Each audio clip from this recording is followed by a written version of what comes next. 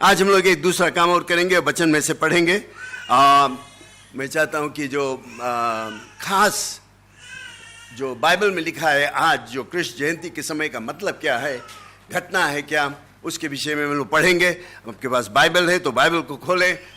6वें महीने में परमेश्वर की ओर से जिब्राइल स्वर्गदूत गलील के नाजरत नगर में एक कुंवारी के पास भेजा गया, जिसकी मंगनी यूसुफ नामक दाऊद के घराने से एक पुरुष से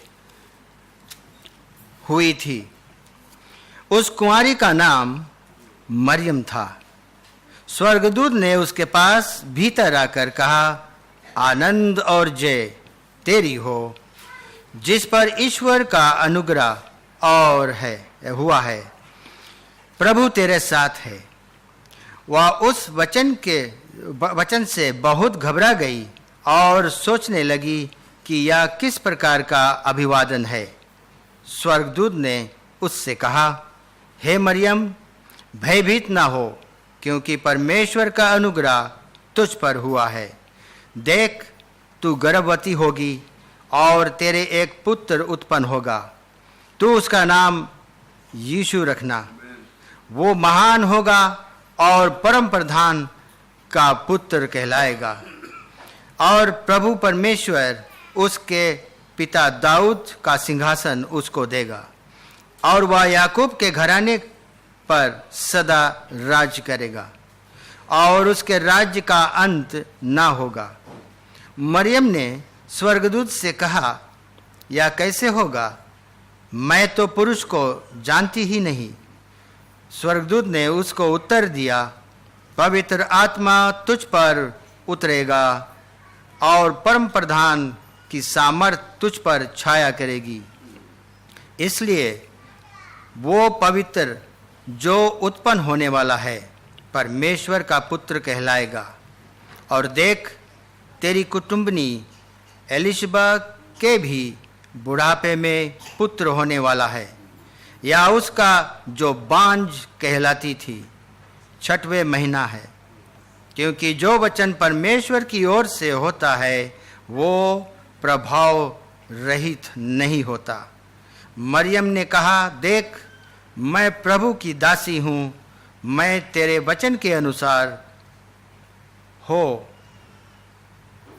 तब स्वर्गदूत उसके पास से चला गया। उन दिनों में अयुस्तान कैसर की ओर से आज्ञा निकली कि सारे जगत के लोगों के नाम लिखे जाए। ये पहली नाम लिखाई उस समय हुई जब कुंवारी यूएस सीरिया का हकीम था। ये सब लोग नाम लिखवाने के लिए अपने अपने नगर को आए। यूसुफ भी इसीलिए कि वो दाऊद के नगर और वश का था। गलील के नासरत नगर में यहूदियों में दाऊद के नगर बैतलहम को आया कि अपनी मंगेतर मरियम के साथ जो गर्भवती थी नाम लिखवाए। उनके वहाँ रहते हुए उसके जनने के दिन पूरे हुए, और वो अपना पहलवाता पुत्र जनी और उसे कपड़े में लिपट कर चरनी में रखा, क्योंकि उनके लिए सराय में जगह नहीं थी।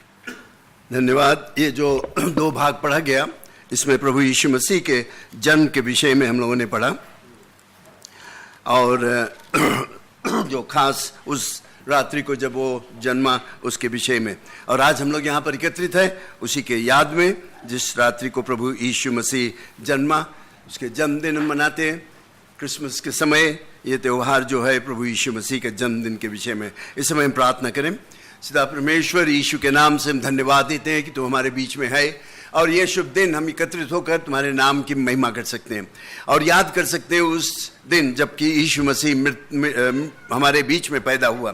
पिता परमेश्वर, हम धन्यवाद देते हैं तुम्हारे महत्तम प्रेम का कि तूने मनुष्य जाति से प्रेम किया जो पाप में थे, फिर भी तूने उनसे प्रेम किया और अपने इकलौते पुत्र को भेजा जो मनुष्य का देह लेकर हमारे बीच में विराजमान रहा और हमारे पापों के लिए क्रूस पर मरा और हमें नया जीवन देने के लिए स्वर्ग को गया। परमेश्वर धन्यवाद। और आज हम उसके याद में प्रार्थना करता हूँ यही हमारा मुख्य विषय रहे और सबसे महत्तम जगह हमारे जीवन में ले। यीशु के नाम से हम अपने आप को तुम्हारे हाथों में अर्पण करते हैं। आमीन, आमीन, प्रेज गॉड। गलेतियों की किताब बुक ऑफ गलेशियंस में लिखा है चौथा अध्याय और चौथा पद में, गलेशियंस चैप्टर 4 वर्स 4 में, परंतु जब समय पूरा हुआ तो परमेश्वर ने अपने पुत्र को भेजा जो स्त्री से जन्मा और व्यवस्था के अधीन उत्पन्न हुआ। ये पौलुस ने लिखा कई वर्ष बाद, परमेश्वर के आत्मा में अभिषेक होकर उसने ये सच्चाई को लिखा जो हमारे लिए है। फिर से मैं पढ़ता हूं, परंतु जब समय पूरा हुआ तो परमेश्वर ने अपने पुत्र को भेजा जो स्त्री से जन्मा और व्यवस्था के अधीन उत्पन्न हुआ। प्रभु यीशु मसीह।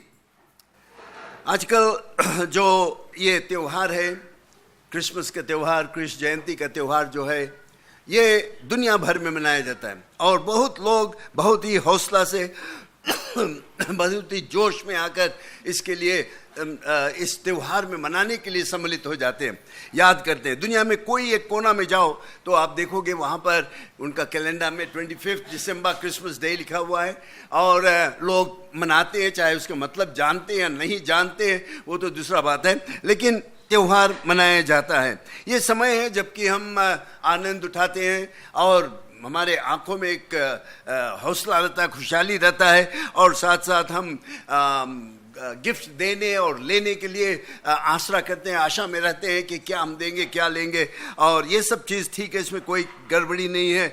भोजन करना, स्वादिष्ट भोजन, तरह तरह के नए नए भोजन हम पकाएंगे, खाएंगे, पहुनाई करेंगे, जो मेहमान लोग आएंगे हमारे घर में उनके लिए हम पहुनाई करेंगे। ये सब चीज़ होता है, इसमें कोई गड़बड़ी नहीं है, इसमें हमें भाग लेना बहुत ही ज़रूरत रहता है क्योंकि ये एक खुशहाली का समय है, एक आनंद का समय है जब हम याद करते हैं कि यीशु मसीह जन्मा। और जैसे हम लोग किसी और के जन्मदिन को मनाते हैं, खाते पीते हैं, मौज करते हैं, हंसी दलगी होता है, उपहार देते हैं, तो उसी तरह से यीशु के जन्म में भी हमें खुशहाली करना चाहिए। लेकिन एक चीज़ बहुत ही ज़रूरत है कि मसीही विश्वासी लोग जो हैं, हम जो मसीह विश्वासी है, हमारे लिए उसमें और कुछ ज़्यादा होना चाहिए, सिर्फ उतना नहीं।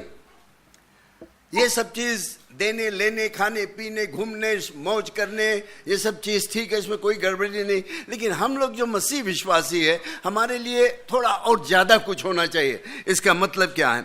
और ये बहुत ही ज़रूरत चीज़ है हमें जानने के लिए, क्योंकि अगर हम लोग जिसका जन्मदिन है उसको भूल जाएंगे तो फ़ायदा क्या होगा? कोई फ़ायदा नहीं होगा।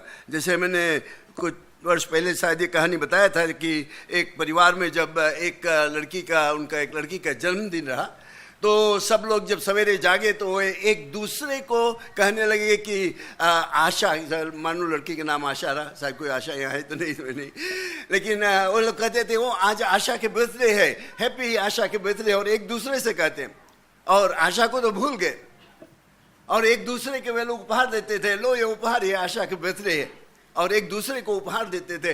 लेकिन जिसका बर्थडे है उसको वे लोग भूल गए, और कितना निराश हो जाते हैं, कितना सोच के बात रहता है कि अगर मेरा बर्थडे और मुझे नहीं याद करे और हम लोग एक दूसरे को याद करते। सो मसीहों के लिए कि ये बात जानना बहुत ज़रूरत है कि अगर हम यीशु मसीह को नहीं पहचानेंगे तो क्रिसमस से फ़ायदा क्या है?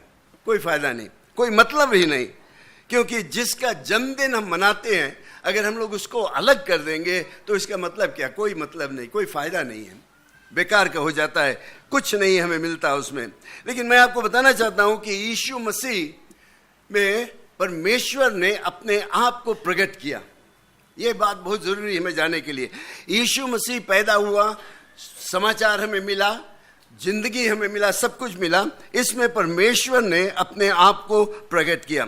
यहाँ पर हम लोग देखते हैं कि प्रभु यीशु मसीह का जन्म में कि वो जो साधारण चीज़ है ये जो संसारिक चीज है, जो इन दिन अपने आंखों से हम देख सकते हैं, छू सकते हैं, उससे भी ऊपर, उससे भी ताकतवर, उससे भी ऊपर प्रभु यीशु मसीह का जन्म हुआ। क्योंकि इसमें हम लोग देखें, परमेश्वर ने अपने आप को प्रकट किया। कोई परमेश्वर को नहीं देख सकता है, लेकिन जब हम यीशु मसीह को देखते हैं तब हम जानते हैं कि किस तरह का परमेश्वर की सेवा हम करते हैं। हमारा परमेश्वर कोई भयानक परमेश्वर नहीं है, डरावनी परमेश्वर नहीं है, हमें मारने के लिए वो नहीं तैयार है, लेकिन एक प्रेमी परमेश्वर है। और उसने ऐलान किया, क्योंकि परमेश्वर ने जगत से इतना प्यार किया कि उसने अपना एक लौता पुत्र दे दिया। तो मसीह संस्था जो है वो प्यार है, और अगर हम लोग उसमें से मसीह का प्यार को निकाल देते हैं तो कुछ नहीं रह जाता है, बेकार का हो जाता है। यीशु को निकाल देते हैं तो कुछ भी नहीं रह जाएगा।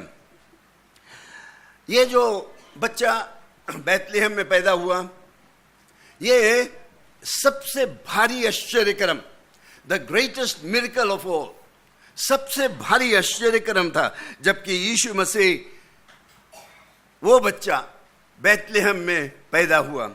ये जो व्यक्ति शुरुआत से था, हमेशा से था, कभी ऐसा समय नहीं था जो वो नहीं था, प्री एग्जिस्टेंस हम लोग इंग्लिश में कहते हैं। लेकिन यही व्यक्ति जो हमेशा से था, अब अपने आप को मनुष्य का देह लेकर हमारे बीच में डेरा किया। हमारे बीच में जब मनुष्य का देह वो ले लेता है तो वो अपने आप को एक जगह पर समा लेता है, और वहां से वो हमें जो मनुष्य का देह लिया, मनुष्य से रिश्ता रखता है। ये अनंत काल का परमेश्वर अपने ऊपर मनुष्य का शरीर लिया और एक बच्चा के समान पैदा हुआ। यह भी एक आश्चर्यक्रम है। ये सर्वशक्तिमान परमेश्वर, ये अनंत काल का परमेश्वर वही है जो एक काम को कर सकता है, जो एक कुंवारी से एक बच्चा पैदा हो। कभी नहीं हुआ, ना आज तक हुआ, और ना हो सकता है मनुष्य के समझ से। ये एक आश्चर्यक्रम के था। इसलिए मैं कहता हूं सबसे महत्तम अद्भुत का काम ये था जब यीशु मसीह जन्मा कुंवारी से। परमेश्वर ने खुद उस बच्चे का पैदाइश का ऐलान किया और वो काम किया जो और कोई नहीं कर सकता था। इसका कोई शारीरिक पिता नहीं था। जोसेफ तो आया चित्र में सिर्फ उसके इज्जत बचाने के लिए, सिर्फ वहां पर उसको सहारा देने के लिए उस समय, क्योंकि जोसेफ का मंगनी उसके साथ में हुआ था, और इन दिनों में जब मंगनी हो जाता था वो पूरा ब्याह के समान था, और अगर उसके तोड़ा जाए तो डिवोर्स वगैरह बहुत तरह तरह के काम उनको करना पड़ता था। लेकिन जोसेफ को जब मालूम हुआ कि मरियम पहले से गर्भवती है तो वो छोड़ना चाहता था, लेकिन स्वर्गदूत ने उसे बताया कि नहीं, तुम उसको ले लो और वो पुत्र जो जनेगी उसका नाम तुम यीशु रखना, क्योंकि वो अपने लोगों को बचाएगा। तब जोसेफ वहां पर उस चित्र में आता है और मरियम की देखभाल करता है जब तक कि यीशु का जन्म बैतलहम में नहीं हुआ। यहां पर हम लोग देखते हैं परमेश्वर एक आधुनिक ढंग से काम करता है, क्योंकि उसके पास सब ताकत है, सामर्थ्य परमेश्वर है, सर्वशक्तिमान वो है, जो कुछ वो करना चाहता है करता है। और यहां पर वही सर्वशक्तिमान परमेश्वर जिसने कानून को बनाया, उसी कानून को उसने तोड़कर और एक कुंवारी से जन्मा यीशु मसीह। जो नहीं हो सकता था वो हुआ। आश्चर्यक्रम, बहुत भारी आश्चर्यक्रम। किसी और एक व्यक्ति के विषय में चाहे कितना किताब, कितना धर्म की किताब, कहीं पर भी कुछ भी आप पढ़ लो, लेकिन ये बात आपको नहीं मिलेगा कि एक कुंवारी से एक व्यक्ति जन्मा। लेकिन यीशु मसीह के विषय में हम लोग पढ़ते हैं, इसीलिए उसको निष्कलंक कहा जाता है। निष्कलंक अवतार, कोई कलंक उसमें नहीं था, और वही इसी कारण से वो दूसरे के पापों के लिए अपने आप को बलि चढ़ा सकता था, क्योंकि उसमें कोई पाप नहीं था। ये बच्चा जो बैतलहम में पैदा हुआ हमें साबुत करता है कि जो परमेश्वर का भविष्यवाणी था कई 100 वर्ष पहले, मेरे ख्याल से 700 वर्ष पहले यशायाह नबी ने कहा था कि एक कुंवारी पुत्र जनेगी। उससे हमें मालूम होता है कि ये यीशु के पैदाइश से हमें मालूम होता है कि वो भविष्यवाणी बिल्कुल सच्चा था और परमेश्वर के तरफ से था, वो पूरा हुआ। प्रभु यीशु मसीह में हम लोग देखते हैं परमेश्वर के हाथ का काम। परमेश्वर कौन है, क्या वो कर सकता हमारे लिए, प्रभु यीशु मसीह में हम लोग देखते हैं। बाइबल हमें ये बात बताता है, जिसे मैंने बताया कि परमेश्वर प्रेम है। इससे भारी प्रेम आपको कहीं पर नहीं मिलेगा। जिसे मैंने बताया यूहन्ना रचित सुसमाचार 3 अध्याय में हम लोग पढ़ते हैं, क्योंकि परमेश्वर ने जगत से ऐसा प्रेम किया कि उसने अपना एक लौता पुत्र दे दिया, ताकि जो कोई उस पर विश्वास करे वो नाश ना हो परंतु अनंत जीवन पाए। मैं आपको बताना चाहता हूं, इससे बढ़कर प्रेम आपको कहीं पर नहीं मिलेगा। हम लोग सुनते हैं कि परमेश्वर अवतार लेता है पापियों को मार डालने के लिए, उनको सजा देने के लिए। लेकिन सिर्फ यीशु के विषय में हम पढ़ते हैं कि वो आया हमसे प्रेम करने के लिए, हमें जीवन देने के लिए, बहुतायत से जीवन देने के लिए यीशु मसीह हमारे बीच में आया। कोई और इस तरह का प्रेम हमें नहीं दे सकता है जो हम यीशु मसीह में देखते हैं। कहीं पर भी तुम्हें नहीं मिलेगा इस तरह का प्रेम जो यीशु मसीह में है, कि जब हम पाप में थे वो हमारे लिए क्रूस पर मरा।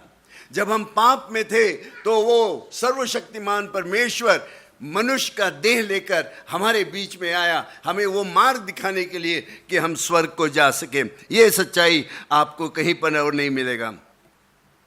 बाइबल हमें बताता है परमेश्वर किसी को ज़्यादा या कम नहीं प्यार करता है, बराबर प्यार करता है सबसे। चाहे कोई भी तुम हो, कहीं से भी, कहाँ से भी आए हो, क्या स्थिति तुम्हारा है, गरीब हो, धनी हो, पढ़ा लिखा है, अनपढ़, काला हो या गोरा हो, चाहे इस देश में रहते हो कहीं और देश में रहते हो, कोई जाति के लोग हो, कोई बात नहीं।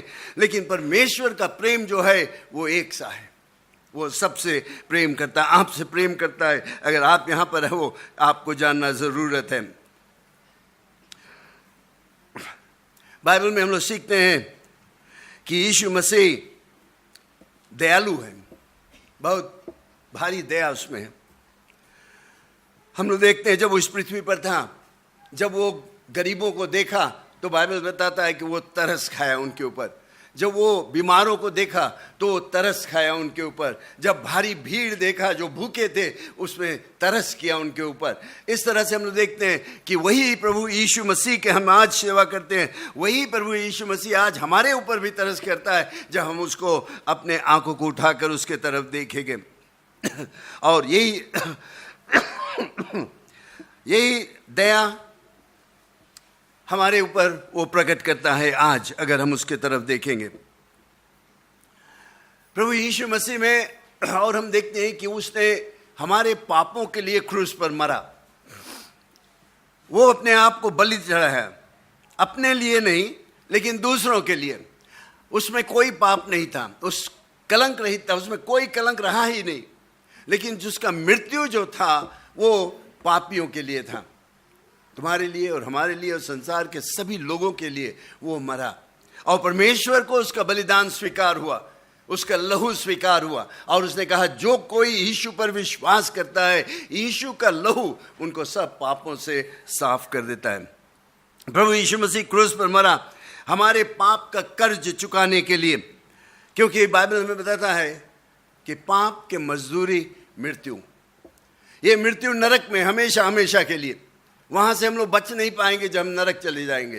पाप का मजदूरी मृत्यु है, लेकिन यीशु मसीह आया है हमें अनंत जीवन देने के लिए। उसी पद में लिखा हुआ है, लेकिन परंतु परमेश्वर का वरदान है अनंत जीवन यीशु मसीह के द्वारा। पाप के मजदूरी मृत्यु, परमेश्वर का वरदान, परमेश्वर का गिफ्ट है अनंत जीवन यीशु मसीह के द्वारा। सब चाहते हैं अनंत जीवन, लेकिन हम जानते हैं कि पाप के कारण हम परमेश्वर से अलग अलग हो गए। कोई भी धर्म में जाओ, कहीं पर भी तुम जाओ तो बातचीत होगा तो वे बताएंगे हाँ पाप के कारण हम लोग परमेश्वर से रिश्ता नहीं रख सकते हैं, पाप ही हमें अलग करता है परमेश्वर से। तो सवाल ये होता है पाप को हम लोग कैसे हटाएंगे?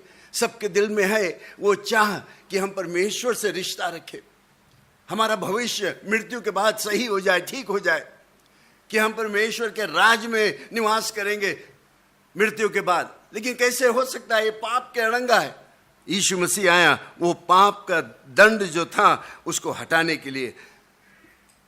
पाप की मजदूरी मृत्यु, परंतु परमेश्वर का दान अनंत जीवन यीशु मसीह के द्वारा। और किसी के द्वारा तुम्हें अनंत जीवन नहीं मिलेगा।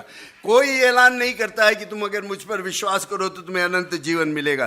प्रभु यीशु मसीह ने हमारा कर्ज को पूरा भर दिया, हटा दिया वो अड़ंगा सबके लिए। लेकिन हमें विश्वास से उसको स्वीकार करना पड़ेगा। तुम्हारे लिए वो उसने इस अड़ंगा को हटा दिया, तुम्हारे लिए उसने क्रूस पर मरा, तुम्हारे लिए उसने लहू बहाया। लेकिन उसको अपनाने के लिए, उसको चाहने के लिए, उस गिफ्ट को स्वीकार करने के लिए तुम्हें हाथ फैलाकर कहना पड़ेगा, हाँ प्रभु यीशु मसीह, मैं एक पापी हूँ, मुझे पाप से क्षमा कर दो, मैं स्वीकार करता हूँ तुम्हारा उपहार को। तभी हम लोग उसको प्राप्त कर पाएंगे। प्रभु यीशु मसीह ने क्रूस पर अपना लहू बहाया जिसमें अपने पाप से छुटकारा पाए। बाइबल में साफ साफ बताता है कि जब हम अपने पाप को मान लेते हैं तो यीशु मसीह का लहू हमें सब पापों से साफ कर देता है, सब पापों से साफ कर देता है। उसका बलिदान एक बार हमेशा के लिए। उससे पहले यहूदी लोग जब बलिदान करते थे, हर वक्त वे लोग आते थे बलिदान। साल में एक बार याजक जो था सबके लिए बलि चढ़ाता था। लोग जब पाप करते थे तो बलि चढ़ाते थे। कोई चिड़िया, कबूतर था या भेड़ा था या बैल था, जो कुछ था, जो उनका कानून बताता था वे करते थे। कई बार उनको ये बलिदान करते रहते पड़ता है पाप से क्षमा प्राप्त करने के लिए। लेकिन जब यीशु मसीह आया, निष्कलंक परमेश्वर का अवतार, महत्तम प्रेम करके आया, परमेश्वर ने इस मार्ग को खोला कि यीशु मसीह के द्वारा हम अपने पाप से छुटकारा पा जाए। और यीशु मसीह एक बार क्रूस पर बलि हुआ हमेशा के लिए। दोबारा जरूरत नहीं है, दूसरा बलिदान की जरूरत नहीं है, हमें काम करने की जरूरत नहीं है, हमें दान पुण्य करने के लिए, ये करने के लिए, वो करने के लिए कोई जरूरत नहीं है। सिर्फ विश्वास यीशु मसीह पर हमेशा के लिए उसने कर दिया। एक बात और मैं बताना चाहता हूं कि बिना यीशु मसीह के कोई अपने पाप से छुटकारा नहीं पा सकता है। कोई पाप से नहीं छुटकारा पा सकता है, क्योंकि पाप की मजदूरी मृत्यु है। परमेश्वर का वरदान है अनंत जीवन यीशु मसीह के द्वारा। ना स्वर्ग में ना पृथ्वी में मनुष्यों के बीच में कोई नाम नहीं है जिसके द्वारा हम लोग अपने पाप से छुटकारा पा सकते हैं। सिर्फ एक नाम है, वो नाम है यीशु मसीह।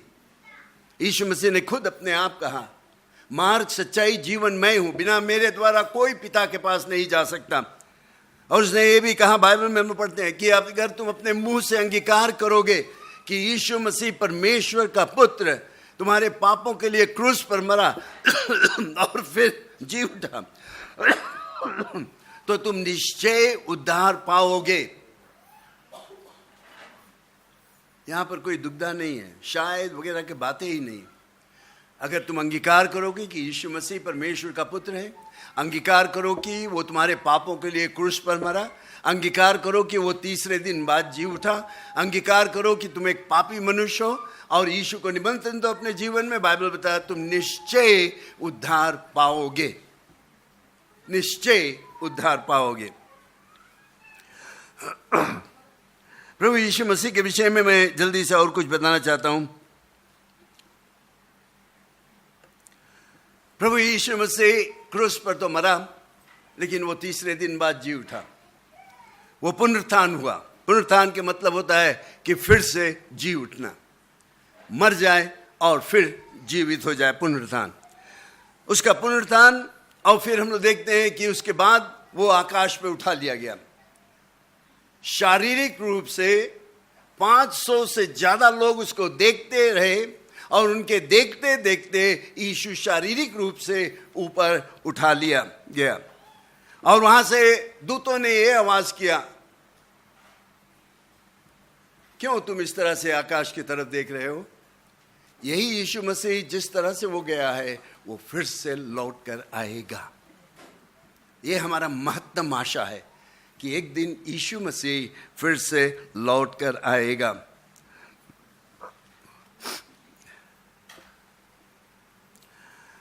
पुनरुत्थान से हम और क्या सीखते हैं? पुनरुत्थान से हम सीखते हैं कि प्रभु यीशु मसीह ने जो सबसे भारी दुश्मन है, उसके ऊपर विजयी हुआ।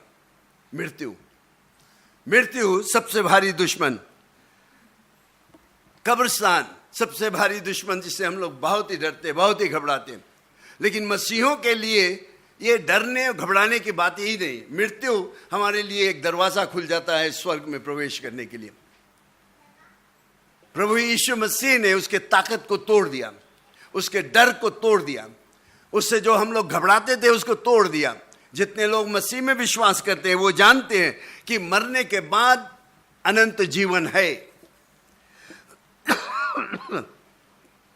यही तो एक भारी सवाल रहता है, दुविधा रहता है लोगों के बीच में कि मृत्यु के बाद क्या होगा, कहाँ जाएंगे हम। कुछ लोग बताते हैं ये होगा वो होगा, कुछ लोग कहते हैं तुम कुछ और बन जाओगे, कुछ लोग कहते हैं मरने के बाद सब कुछ खत्म हो जाएगा, कुछ भी नहीं।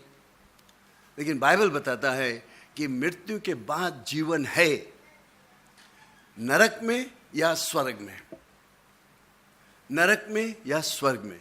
प्रभु यीशु मसीह जब मृतकों में से जी उठा, तब उसने मृत्यु और कब्र का ताकत जो था उसको हटा दिया, तोड़ दिया। डर जो था उसको हटा दिया। मसीह विश्वासियों के लिए अब वो डर की बात नहीं है, क्योंकि हम जानते हैं कि मृत्यु के बाद हम यीशु के साथ में हमेशा के लिए निवास करेंगे। यीशु मसीह ने कहा, मैं जाता हूं तुम्हारे लिए जगह तैयार करने के लिए, और मैं लौट कर आऊंगा, तुम्हें लेकर जाऊंगा कि जहां मैं हूं वहां तुम भी रहो। यह उसका आश्वासन है। तो इसलिए हम जानते हैं कि मसीहों के लिए बाइबल के मुताबिक तुम दो जगह जा सकते हो, या नरक में या तो स्वर्ग में, प्रभु यीशु मसीह के साथ में निवास करने के लिए, या तुम नरक में जा सकते हो वहां पर निवास करने के लिए। और कोई दूसरा जगह है ही नहीं। वहां पर जाने के लिए तुम्हें निर्णय करना पड़ेगा आज, अभी, इस समय जब तुम जीवित हो तब। अगर तुम यीशु पर विश्वास करोगे तो यीशु अपना प्रतिज्ञा तुम्हारे लिए पूरा करेगा। जहां मैं जाता हूं वहां तुम आओगे, जहां मैं रहूंगा मैं तुम्हारे लिए जगह तैयार करता हूं, और जहां मैं जाता हूं वहां पर तुम भी आओगे। ये उसका वायदा है। लेकिन पाप की मजदूरी मृत्यु है। दंड की आज्ञा कारण यह है कि मनुष्य ने परमेश्वर के पुत्र पर विश्वास नहीं किया, और दंड क्या है? नरक। तो तुम्हारा चुनाव आज है, इस क्रिसमस के समय, कृष्ण जयंती के समय, क्या तुम यीशु को अपना मुक्तिदाता ग्रहण करोगे? अगर यीशु को तुम मुक्तिदाता ग्रहण करोगे तो तुम्हें निश्चय है कि तुम अनंत जीवन पाओगे। अगर तुम नहीं स्वीकार करोगे, उसको दुत्कार दोगे, उसको तुम अलग कर दोगे, तो निश्चय है तुम्हारा अनंत जीवन नरक में रहेगा। बाइबल के मुताबिक यही हम लोग सीखते हैं। लेकिन यीशु मसीह उसके ताकत को तोड़ दिया है। इसलिए आज हम लोग यहां पर एकत्रित हैं, क्योंकि वो आदर के योग्य है, वो महिमा के योग्य है। उसकी आराधना और स्तुति करने के लिए आज हम यहां पर एकत्रित हैं। और ये करने के लिए बहुत ही ज़रूरत है कि हम अपने जीवन को उसके हाथों में अर्पण कर दें। मसीह विश्वासी लोग यहाँ पर आज हो, मैं जानता हूँ कि आप सोचते हो कि बहुत लंबा प्रचार करे, बहुत टाइम लगे है, हमें घर में ही करना, वो करना, आज क्रिसमस के टाइम है, क्या पकाएंगे क्या खाएंगे। लेकिन जानते हो उससे भी ज़्यादा ज़रूरत ये है, थोड़ी देर के लिए ठहरे रहो, कि तुम अपने जीवन को उसके हाथों में परिपूर्ण तरह से समर्पित कर दो। Full surrender, full commitment to Him. Yes, Lord, even today I want to give myself to you. परिपूर्ण रूप से सरेंडर कर दे अपने जीवन को उसके हाथों में। प्रभु यीशु मसीह हमारे लिए एक व्यक्तिगत मुक्तिदाता बन जाना चाहिए। अगर आपने कभी नहीं यीशु पर विश्वास किया, ये कृष्ण जयंती के समय बहुत ही अच्छा रहेगा, बहुत ही आनंद का समय रहेगा अगर आप यीशु को परखोगे, कहोगे कि हाँ, आज के दिन मैं चाहता हूं कि यीशु मसीह मेरे हृदय में जन्म ले एक नए रूप से। और आप देखोगे कि आपका जीवन बदल जाएगा, आप एक नया जीवन प्राप्त करोगे, नया जिंदगी प्राप्त करोगे, नया आनंद को प्राप्त करोगे जो और कोई आपको नहीं दे सकता है।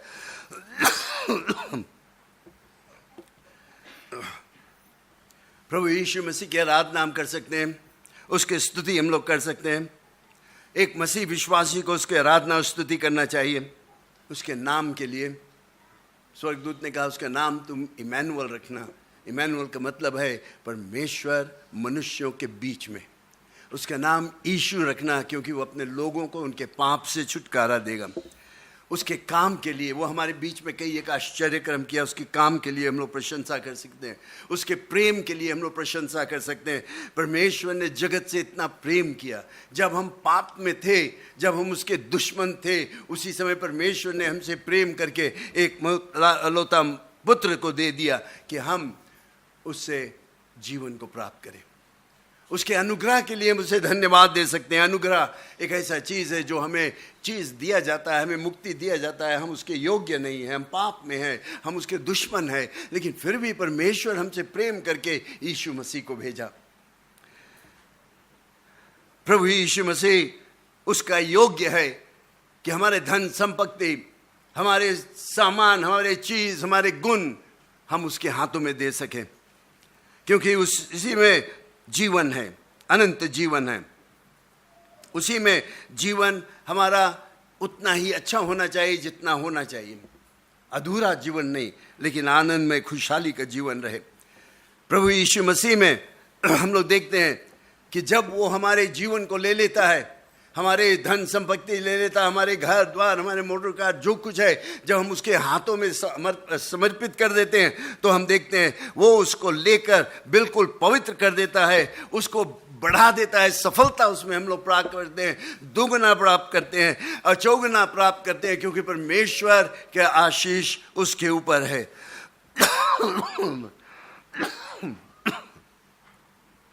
इस क्रिसमस के समय जब हम सारे बाकी चीज़ों पर ध्यान देते हैं, उपहार लेना देना, लोगों के साथ में मेल मिलाप करना, जो कुछ भी हम करेंगे, वो सब चीज़ में ये नहीं भूलना कि आज यीशु मसीह का जन्मदिन हम मना रहे हैं। यही में हम लोग चूक जाते हैं। बाकी सब चीज़ बहुत ज़रूरत हो जाता है, लेकिन उसके जिसके जन्मदिन है हम लोग भूल जाते हैं। परमेश्वर ने चुना, यीशु मसीह को हमारे बीच में भेजा। हम यीशु को नहीं भूल जाए, उसके कार्य को हम देखें, सुसमाचार के विषय में हम लोग सोचें, अपने कलीसिया के विषय में सोचें, क्या हो रहा है यहाँ पर, क्या हम करते हैं। जो हमारे कार्यकर्ता लोग हैं, जो फुल टाइम पादरी लोग जो है, उनके विषय में हम सोचें। जो यहाँ पर चर्च में जो अपना समय निकाल कर आते हैं और काम करते हैं, शायद उनको कोई तलब नहीं मिलता, कुछ नहीं, लेकिन क्योंकि वो यीशु से प्रेम करते हैं, उनके विषय में सोचो, उनके लिए प्रार्थना करो, उनके लिए कुछ कहो करो। इस क्रिसमस के समय ये बहुत ही ठीक होगा। ये लोग जो कलीसिया में काम करते हैं, जब तुम अपना पैसा खर्च करते हो तो सोचो तुम कितना खर्च करते हो यीशु मसीह के राज्य के लिए, कितना खर्च करते हो यीशु के राज्य के लिए। ये तुम्हारा चुनाव है। जब हम पैसा खर्च करते हैं, समय खर्च करते हैं, जो कुछ हम खर्च करते हैं, यीशु मसीह उसमें कहां पर है? कहां है यीशु मसीह उसमें?